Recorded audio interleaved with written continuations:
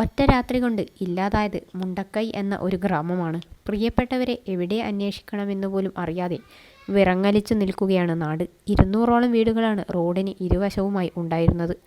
മുണ്ടക്കൈയിലാണ് ഉരുൾപൊട്ടലുണ്ടായതെങ്കിലും 3 kilometre ഇപ്പുറമുള്ള Chooralmala school റോഡിലും GVHS സ്കൂളിലും പാലത്തിലും അമ്പലത്തിലും വരെ വെള്ളവും ചെളിയും പാറക്കല്ലുകളും എത്തി.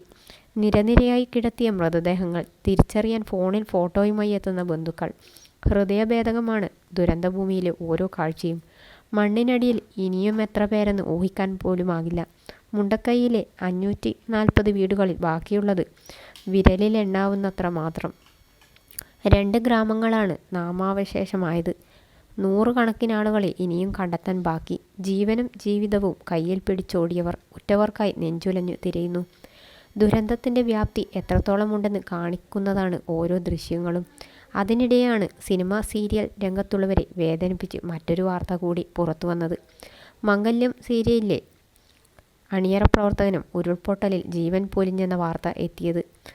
കേരളത്തിൽ സംപ്രേഷണം ചെയ്യുന്ന പരമ്പരയിലെ താരങ്ങൾ പ്രിയപ്പെട്ടവൻ്റെ ചിത്രം പങ്കുവച്ചുള്ള ആദരാഞ്ജലി കുറിപ്പുകളും ചിത്രങ്ങളും പങ്കുവച്ചപ്പോഴാണ് മറ്റുള്ളവരും ഇക്കാര്യം അറിഞ്ഞത്. ഇപ്പോഴിതാ ഷിജുവിൻ്റെ മൃതദേഹവും കണ്ടെത്തിയിരിക്കുകയാണ്.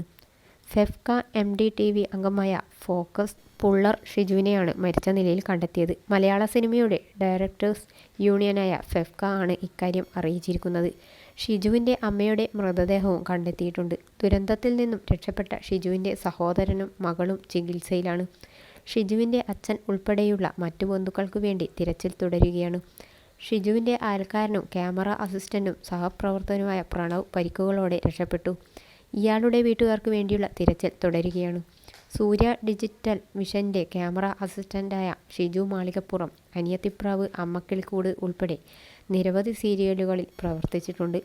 2 വർഷം മുമ്പുണ്ടായ ഉരുൾപൊട്ടലിൽ ഷിജുവിൻ്റെ കുടുംബം ഭാഗ്യം കൊണ്ടാണ് രക്ഷപ്പെട്ടത്. അന്നുണ്ടായ സംഭവത്തിൽ വീടിൻ്റെ ഒരു ഭാഗം തകർന്നിരുന്നു.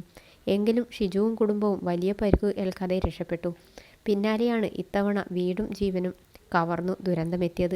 അതേസമയം വിദേശത്തുള്ള ചേട്ടനും നാട്ടിലേക്ക് പുറപ്പെട്ടിരിക്കുകയാണ്.